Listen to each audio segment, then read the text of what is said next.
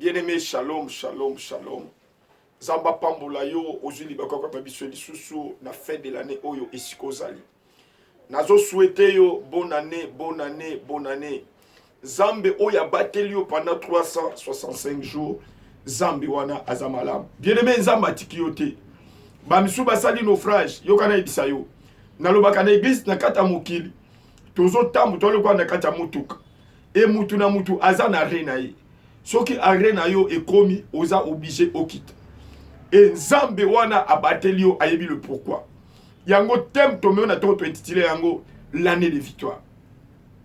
Ouais, si réellement tu es en alliance avec Dieu, yeba ete victoire na Nzambe eza certaine. Nangina yebisa mutu boko ete tu ne peux jamais vivre la victoire en dehors du Seigneur Jésus. La vraie victoire est où tu as pas d'encolo parce que yene molongi akala. Et yetango akoti na vie na yo, akoti na foyer na yo, na libota na yo, azo pesa bino victoire. Yango zo mona mo konzi na bakose. Azo le balobi, je vous laisse la paix, je vous donne ma paix. Je ne vous la donne pas comme le monde la donne. C'est-à-dire Nzambe na bomoy. Azali à tout moment qu'on veille bien aimé, et te foyer na yo ezala troublé te, et te vie na yo ezala troublé te. Nazo pesa témoignage moko. Ouais papa moko bengi biso na téléphone papa wana. Aza na mwana batu c'est basa libala ya kotofad mais papa wana mukolo moko alali azo mona bazo bete bambata asutuki mutu azati soko kangi misu bazo bete bambata oyebe komi na tongo papa wana asali fièvre abengi biso mbangu na téléphone papa nazo comprendre na ndako nazaka ngai na mwasi na ngana bana na biso mibale mais ba beti ngai bambata butu ba betinga bambata butu mutu betinga azoye banati moi saza ya kolala bana baza ya kolala mais Nzambe o bien-aimé tangu to bondeli Nzambe wana kiti abosani si papo makamonios. Ésaïe 43 verset 18 à 19. La Bible dit ne pensez plus aux événements passés, ne regardez plus à ce qui est ancien, car Elohim fait des choses nouvelles. Na tongo to fo ebayet Nzambe na mao oya akokisa nyonso ne kulusu. Akokokisa lo komo na vie na yo. Si réellement tu es en alliance avec Dieu, yeba ete victoire na Nzambe eza certain. Oyebi papa oyo Nzambe akangoli na milimu oyo. Na yebisaka batu. Tokoki kopenga na milimu mabe na vie ya batu. Mais on ne peut jamais chasser Dieu dans la vie d'une personne. Le Dieu que nous servons est plus qu'un démon. Soki akoti na vie no bien-aimé, yebete mouli les alliés à kokim. Mouli les alliés à kokim. Yango yokana ebisa yo. Zala na présence ya Nzambe. Parce que victoire na ye eza partage na yo. Victoire na eza partage na yo. Nazo peso verset biblique à liboso. Nazo peso verset biblique à liboso. Namukana na Jean. Jean chapitre 16. Jean chapitre 16. Jean chapitre 16, verset 32 à 33, nous lisons au nom de Jésus. Voici l'heure vient et elle est déjà venue. Vous serez dispersés chacun de son côté et où vous me laisserez seul. Mais je ne suis pas seul car le Père est avec moi. Alléluia. Je vous ai dit ces choses afin que vous ayez la paix en moi. Vous aurez des tribulations dans le monde, mais prenez courage, je vaincu le monde. Alléluia. Yesu azolo bana ba yekoli. Lelo malobo eza adressé na ngai na yo. Alobi ete je vous ai dit ces choses pour que vous ayez la paix, pas pour que vous ayez les troubles. Likambo ko ye trouble vie na yo. Et trouble ndaku na yo, et trouble foyer. Mais ya yo kana ebisa yo, et trouble Nzambe. Et trouble mokonzi ya bakonzité. Nzambe na lolo. Alobi ete malgré de tongo kutana ngo na mokili. Non, lui a vaincu. Yango na lobi na est avec Dieu, la victoire est certaine. Nzambe ou akoto na ne asik. Alingi ete yolonga. Makambe ko kombe la yo zwa victoire. Makambe ko na famille na yo zwa victoire. Obi bien le tobo ndeli pona ndeko moko, ndeko wana mwasi. Ndeko mwasi na famille na bango, baboya batu babala. Ezaka mabala ya katovanda. Tozaka na babotisser.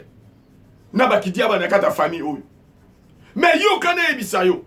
Ndeko akuta na mobali moko baboti déjà mwana moko. À tout moment mobali tsoka zuyo kamisa mboko pa bala ye. Faut ba problème ya. Ba koyi ko sala nyonso. Mais soga likanisa libale ye. Omoni mutuka et tout est mutu. Mutakufi, il faut dépenser l'argent. Omoni soit likamoko ye na nafkata ndako. Alors la sœur en écoutant la parole de Dieu, elle a compris que non, il y a les mauvais esprits dans Katandako. Tobeleli nzambe nabo. Il y a un nzambe yokara le sambo. Nalobaka toujours esengo, il y a le sambo ezalaka ya. Nzambe yokara le sambo. Tant tobandi ko belela nzambe arrêter problème wana. Si ni aliboso nzambe salaki.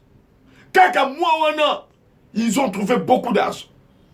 Le lo nazo ebisa yo. C'est Rwanda Babali. Azota mwana no na loboko. Babali.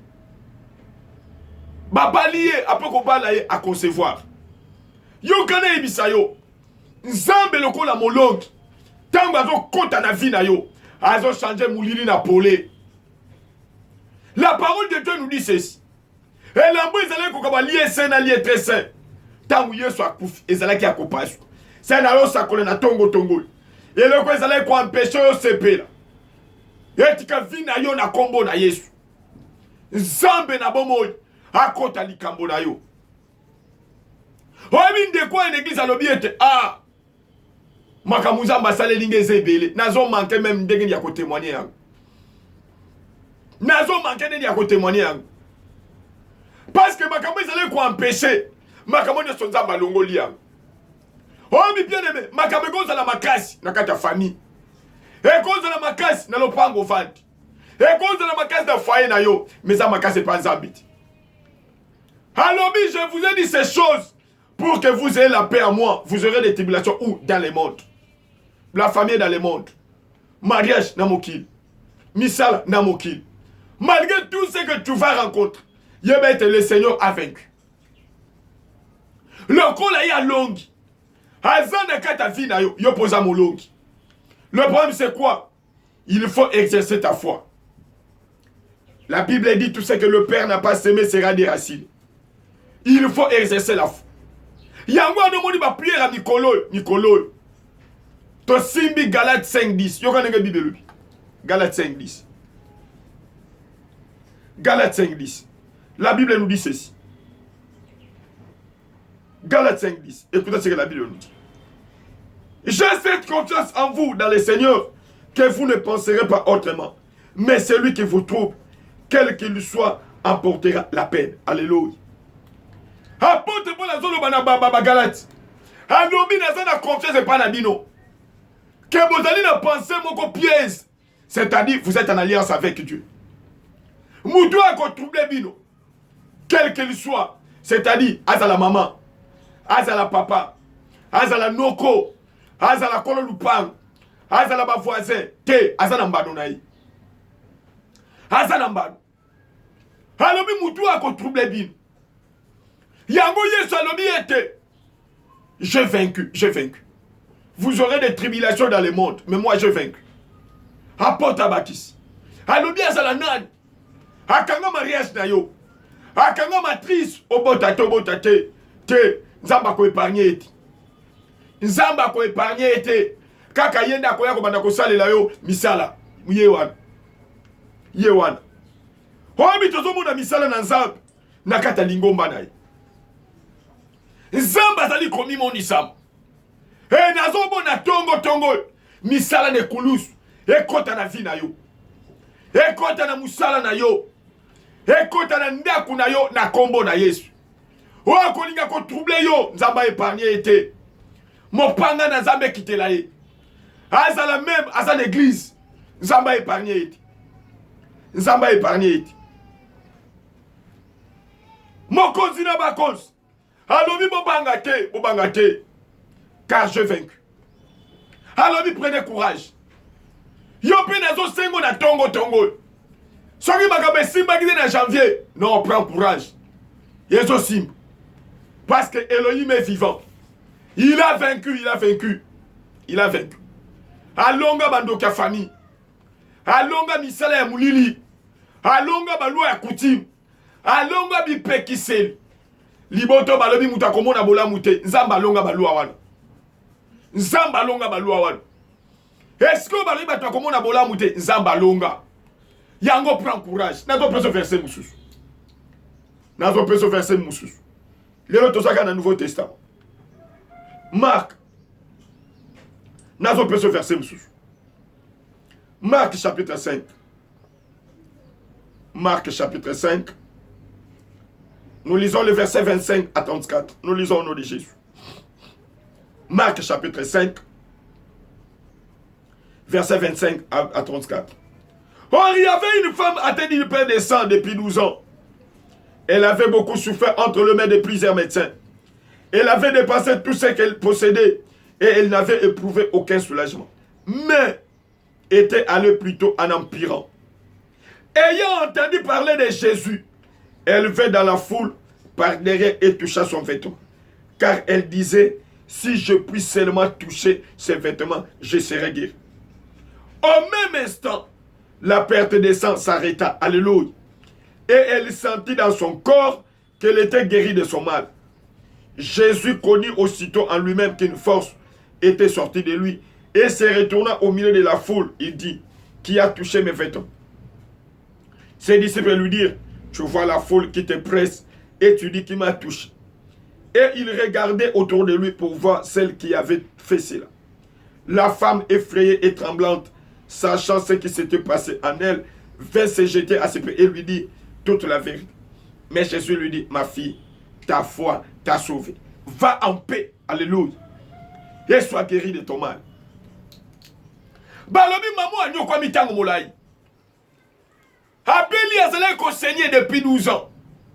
Amoni ba médecin ndenge na yo pozo landanga. Ozo tambola l'église, ozo luka prophétie. Ozo luka prophétie, mo luki nzambe. La Bible dit cherchez l'Éternel pendant qu'il se trouve. Invoquez-le tandis qu'il est prêt. Batu bazo luka ba prophétie, mais ba luki nzambe. Azo tambola pona ko luka ba prophétie. Balobi maman a tamboli minganga. Pona ko luka solution à situation na yi. Mais azo ki solution. Tangwa yo ki bazo luka na tina na Yesu comme tu m'écoutes là. Ayo ki balobi ete. Ah c'est des abino. Ce qui n'a simbika ke lamba. Yaya, tu peux faire quelque chose. Auto déclencher miracle na vie na yo. Okoyi ko salelo komoko. Et miracle salami na vie na yo. Oh mi bien aimé. Tozo mona nzambe ko sala. Nzambe ko sala. Nzamba tali komi moni sam. Balobi mama oy. Tangwa simbika ke lamba na nkolo. Makila na ye katanaki. Ce matin, et le connu soleil qu'on dérange vie na yo. Nazo bon de la e katana na kombo na Yesu. Loko lozo yo kamalobo. Et que c'est l'année de victoire. Makambo ozalai kolengisa yo. O ezalai ko faire échouer yo. Kolelisa yo. Zamba peso victoire na kombo na Yesu. Yaya oya kotika batute. Zambe na kotio na no ya sika. Apesio posa la molongi. C'est-à-dire posa na témoignage. Soki na famille bato amona kabola mouté. Mais toi tu auras un témoignage. Tu auras un témoignage. Maman balebani na ina ba médecin, peut-être yo be ba pasteur ba babi aye kaka aye lisusu. Aye lisusu. Peut-être ba minga balembi, mais ça balembi oti. Alobi venez à moi vous tous qui êtes fatigués. Je vous donnerai du repos. Venez à moi. Alobi yaka na ko peso kimi. Na ko peso kimi. Na ko peso kimi. Yaya lembaka mutute. Kola lembaka mutute. Elle avait beaucoup souffert entre les mains de plusieurs messes. Oh, il y a pas ça qui sur ma vie. Oh, il y a pas ça qui sur ma vie. Non, il y a que pas na Yesu. Oh, minamine de komo kwa mwasi. Autoba la kalati. Papa na zobotati. Nakei et pas mungang. Palobi il faut. Bafoula ba trompe. Bafoula ba trompe. Natunie mutuna. Est-ce que nzambo akela yo? Ayebso que ba saleté ça na ba trompe na.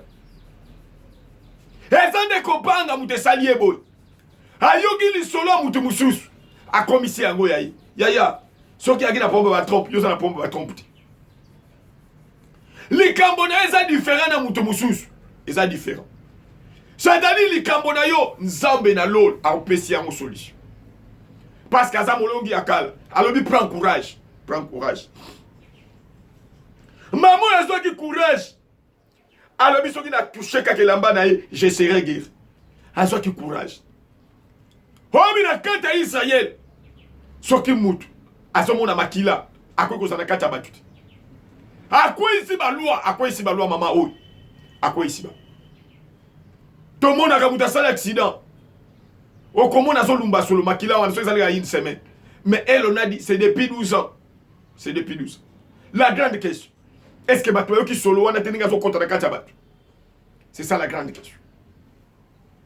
Est-ce que Loua wana babinga ngabaye baki que maman a seignac a seignac. Mais azui courage, azui courage. Azui courage. Ayant entendu parler de Jésus, elle vint dans la foule par derrière et toucha son vêtement. Aïe, quel courage. Assimé la manaï. Car elle disait, si je puis seulement toucher son vêtement, je serai guéri. Si je puis seulement toucher ses vêtements. Quelle foi.